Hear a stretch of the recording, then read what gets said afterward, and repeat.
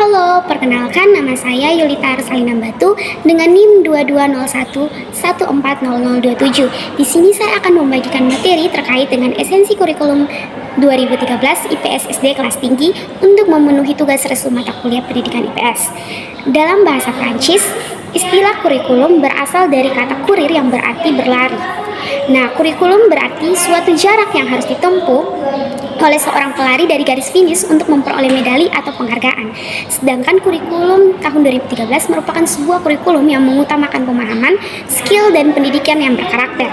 Nah, di sini siswa dituntut untuk paham atas materi, aktif dalam berdiskusi dan presentasi, serta memiliki sopan santun, berakhlak, dan memiliki disiplin yang tinggi. Nah, bagaimana dengan pengertian pendidikan pengetahuan sosial? Nah, ilmu pengetahuan sosial adalah suatu bahan kajian yang terpadu yang mengalami penyederhanaan, adaptasi, seleksi, dan modifikasi dari pengorganisasian konsep dan keterampilan sejarah, biografi, sosiologi, antropologi, dan ekonomi. IPS bertujuan untuk mengembangkan sikap belajar yang baik. Artinya, dengan belajar IPS, anak memiliki kemampuan menyelidiki dan untuk menemukan ide-ide, konsep-konsep baru sehingga mereka mampu melakukan perspektif untuk masa yang akan datang. Nah, apabila kita perhatikan dengan teliti dan cermat bahwa inti proses pembelajaran siswa kelas tinggi atau kelas 4, 5, dan 6 di sekolah dasar adalah merupakan suatu proses pembelajaran yang dilaksanakan secara logis dan sistematis untuk membelajarkan tentang konsep dan generalisasi sehingga penerapannya dapat dilaksanakan oleh siswa kelas tinggi di sekolah dasar.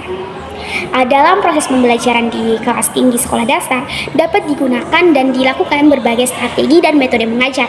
Metode mengajar yang dapat digunakan dan dilaksanakan guru dalam proses pembelajaran kepada siswa kelas tinggi di sekolah dasar itu sebagai berikut. Yang pertama itu ada metode ceramah, kemudian ada metode tanya jawab, dan yang ketiga ada diskusi, yang keempat simulasi dan bermain peran, kelima pemecahan masalah, keenam karya wisata, ketujuh penugasan, ke-8 proyek, 9 studi kasus, dan ke-10 observasi atau pengamatan. Dalam pengorganisasian pembelajaran merupakan suatu konsep di mana organisasi dianggap mampu untuk terus-menerus melakukan proses pembelajaran mandiri, sehingga organisasi tersebut memiliki kecekatan berpikir dan bertindak dalam merespon beragam perubahan yang muncul.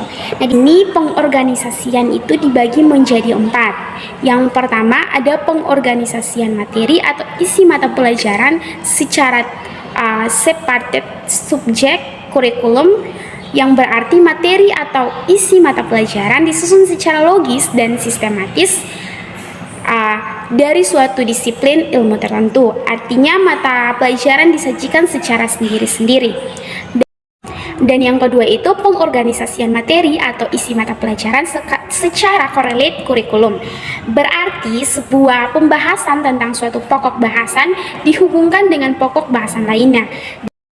Dan yang ketiga itu pengorganisasian materi atau isi mata pelajaran secara broad fields kurikulum, yang berarti materi atau isi pelajaran disusun secara kombinasi dari berbagai disiplin ilmu tertentu yang biasanya disajikan secara mandiri pada kedua jenis pengorganisasian isi mata pelajaran sebelumnya.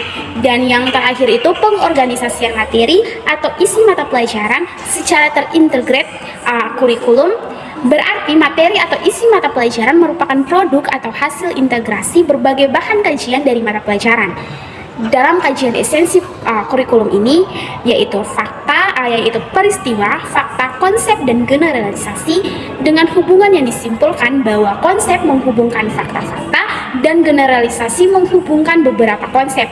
Dengan hubungan itu terbentuklah pola hubungan yang mempunyai makna yang menggambarkan hasil pemikiran yang lebih tinggi.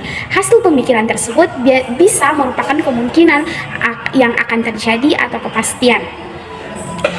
Sekian materi yang bisa saya sampaikan, semoga bermanfaat. Terima kasih.